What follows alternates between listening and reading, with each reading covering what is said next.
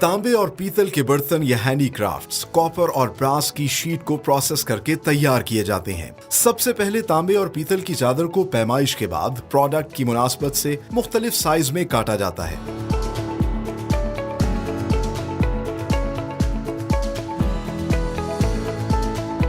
Shape देने से पहले काटे हुए टुकड़ों को गर्म किया जाता है।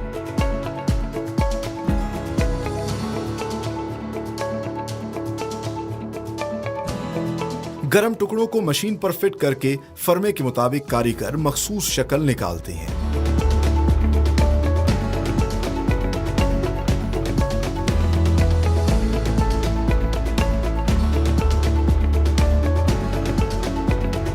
बर्तन या हैंडीक्राफ्ट को मुकम्मल तैयार करने के लिए तांबे और पीतल के पुर्जों को आखिर में वेल्ड करके जोड़ा भी जाता है।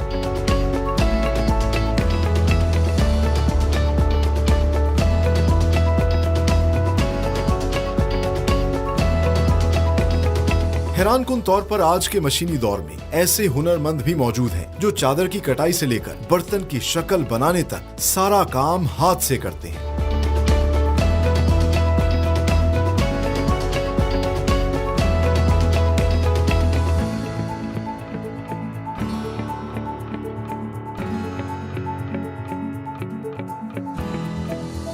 तांबे और पीतल के बर्तनों में खाना बनाने या गर्म चीज डालने के लिए इनकी कली करना बहुत जरूरी होता है।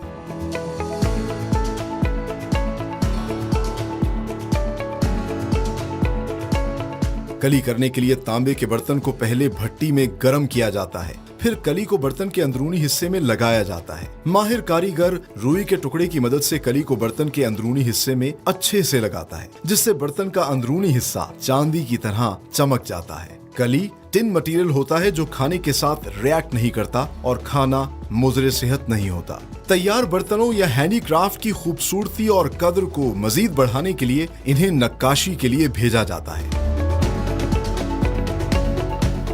माहिर कारीगर मुख्तलिफ औजारों की मदद से लाख से फिल हुए इन मुख्तलिफ पॉट्स पर चोट देकर निहायत नफासत के साथ नक्शी का काम करते हैं। नक्काशी पूरी होने के बाद बर्तन को गर्म करके लाख बाहर निकाला जाता है। इस मौके पर बर्तन में कोई ढलक आ जाए तो मिंठार के अमल से गुजार कर इसे निहायत नफासत से चोट देकर दुरुस्त किया जाता है।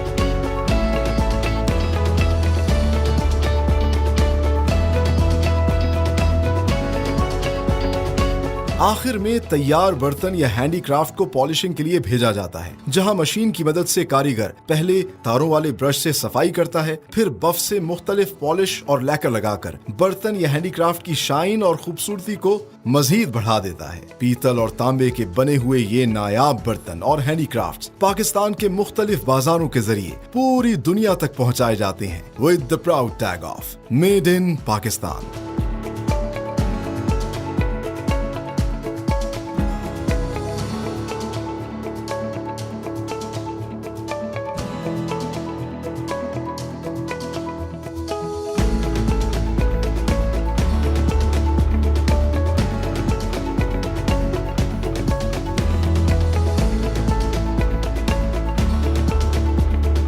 तारीखी कसेरा बाजार की खूबसूरती ये है कि यहाँ पर आपको नायाब और खूबसूरत जो है कॉपर और ब्रास के बर्तन नजर आते हैं, और जिन जगहों पे बर्तन रखे हुए हैं आप देख सकते हैं तारीखी इमारतें हैं, बड़ा खूबसूरत यहाँ पे काम हुआ है। आइए आपको सबसे पहले एक नज़ारा करवाते हैं कि कितने इकसाम के जो है यहाँ पर ना सिर्फ बर्तन हैं बल्कि हैंडीक्राफ्ट जो है वो रखे गए हैं, और फिर आगे चल के आपको उनका सारा मेकिंग प्रोसेस भी दिखाएंगे। आइए मेरे साथ। Wow guys, look at these beautiful handicraft जो कि कॉपर और ब्रास में तैयार किए गए हैं, और मुझे यकीन मानिए इस वक्त ऐसा लग रहा है कि इस तरह मैं किसी म्यूजियम के अंदर मौजूद हूँ, जहाँ पर ना सिर्फ एंटीक चीज़ें पड़ी हैं बल्कि वो बर्तन जिनमें पहले लोग खाना खाते थे, और अब भी साइंस ये बताती है कि इन बर्तनों में खाना खाना बहुत ज़्यादा आपकी सेहत के लिए अच्छा है।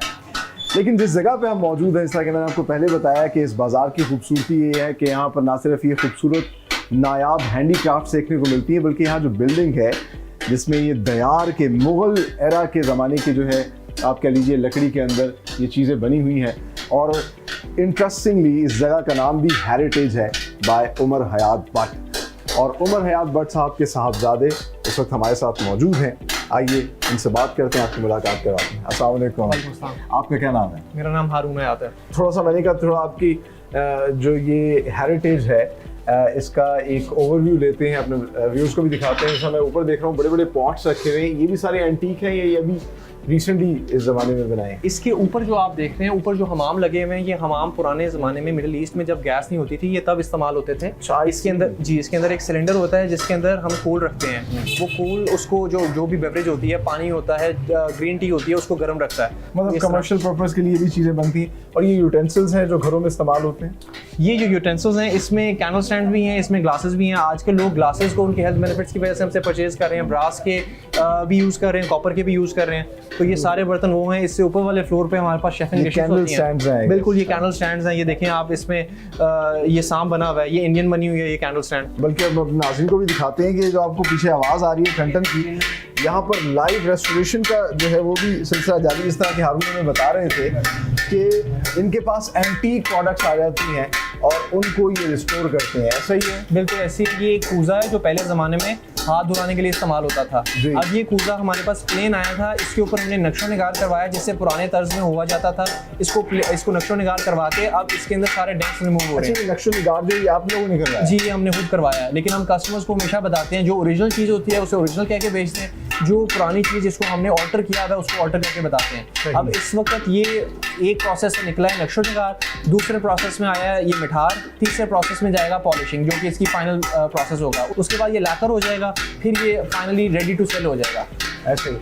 लेकिन नाज़रीन ये इतनी नफासत का काम है, इतनी मेहनत का काम है, क्योंकि ये एंटीक चीज़ें हैं। आप देखिए कि इसको रिस्टोर भी करना है, इसमें ख़राबी ना पैदा हो, तो कितनी नफासत से बारीकी से जो है ये काम कर रहे हैं। और जैसा हारून बता रहे थे कि कोशिश है उनकी कि इस तरह के जो कारीगर हैं, जो नौजवान नस्ल है, उनको भी इस आर्ट की तरफ लेके आया जाए और उनको दिखाया जाए कि ये काम जो है वो किया जाए। और इस काम से कितना पाकिस्तान को फ़ायदा है। पूरी दुनिया में ये प्रोडक्ट्स हैं मेड इन पाकिस्तान के प्राउड टैग के साथ जाती हैं।